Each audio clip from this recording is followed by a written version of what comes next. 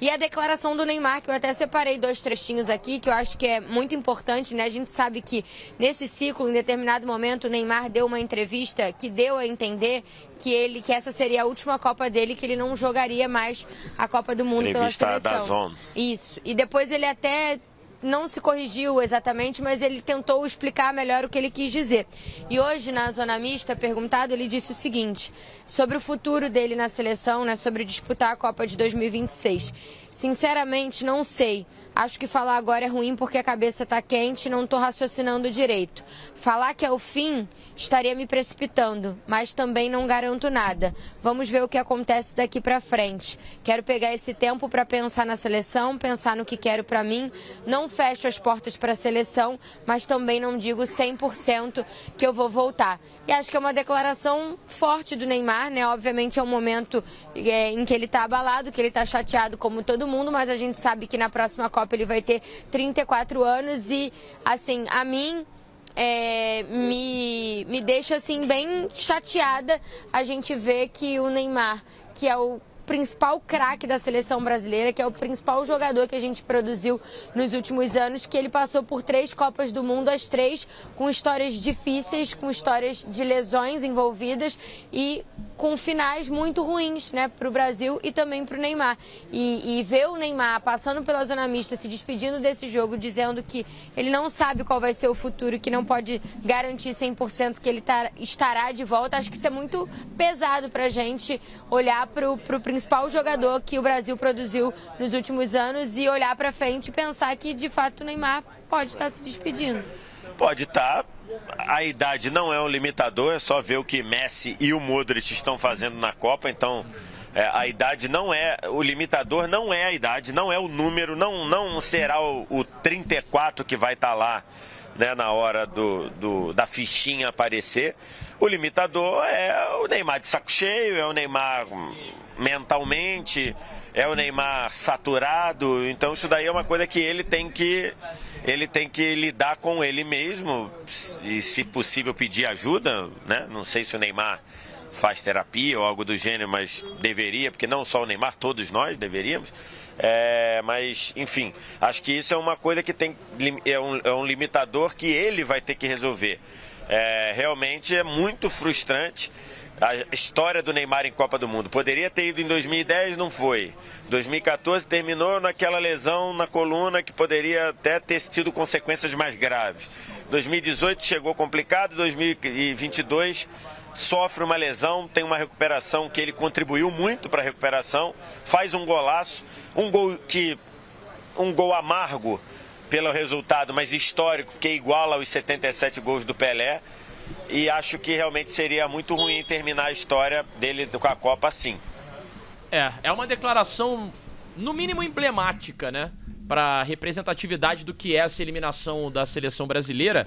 E vai diferente do que disse, por exemplo, o Casimiro, né? O Casimiro, na Zona Mista, fizeram uma pergunta para ele como se estivessem induzindo que essa poderia ser a última Copa. Ele, não, pô, eu sou jovem ainda, tenho 30 anos, cara. Então eu posso ainda competir em mais uma Copa. É mais ou menos a mesma geração do Neymar, que chegaria a 34 anos. O Neymar, ele termina o jogo e aí primeiro ele fica muito perplexo, né? Ele fica estagnado assim, parado, e aí depois ele entra numa situação de desabar aos prantos, assim. Aí ele realmente chora, e chora muito, copiosamente. Tem uma cena, inclusive, que é muito legal, cara, e ela foi registrada por vários ângulos. Do menininho croata? É filho do Perisic.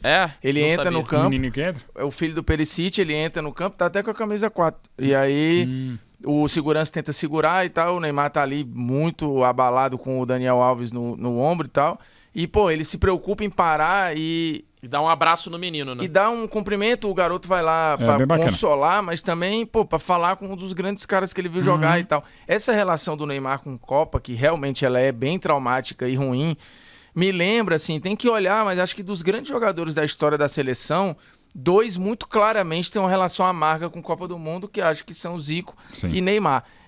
É uma relação de, em 82, um time muito bom que fica no caminho, em 86 ele chega muito baleado. 78 ele perde a titularidade do time. 78 tem um ponto. Terrível. E se olhar lá pra trás, vai ter o quê? O Leônidas, Talvez. Não, o Leandro foi artilheiro. Mas assim, a relação frustrante com o Copa. Porque não ganhar o título. Não, o Leandro ainda foi boa. Mas era um outro momento de construção de Copa Zizinho, também. Sim, Ademir, que embora tenha sido... Mas ao mesmo tempo, assim, pra quem gosta, pra quem não gosta.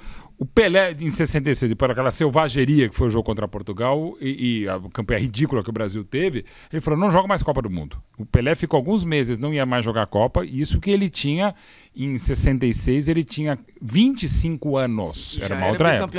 Já era bicampeão do mundo, já era o rei e tal.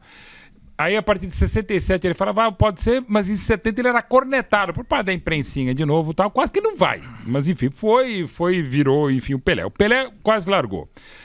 O Messi, quando ele perde a segunda Copa América seguida para a Argentina, ele fala, não jogo mais. Que se aposenta da seleção. E ele ficou um tempinho. O Zidane ficou fora da Argentina. Ele podia ter ficado, né, Zidane?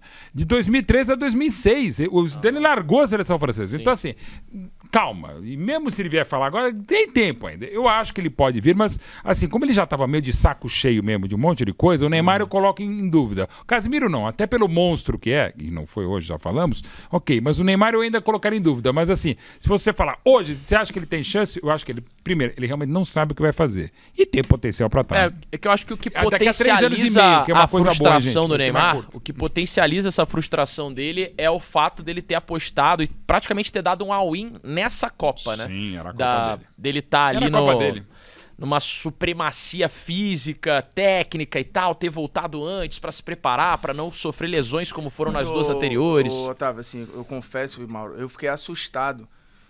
Eu não ligo pra comentário de internet, assim, os que se dirigem a mim, em qualquer situação, eu não ligo, assim. Meu filho fica até mais bem pé da vida do que eu, mas eu não tô nem aí. Eu vi a mensagem que você postou que ele mandou. Ele falou, pô, não faz esses comentários soberbos.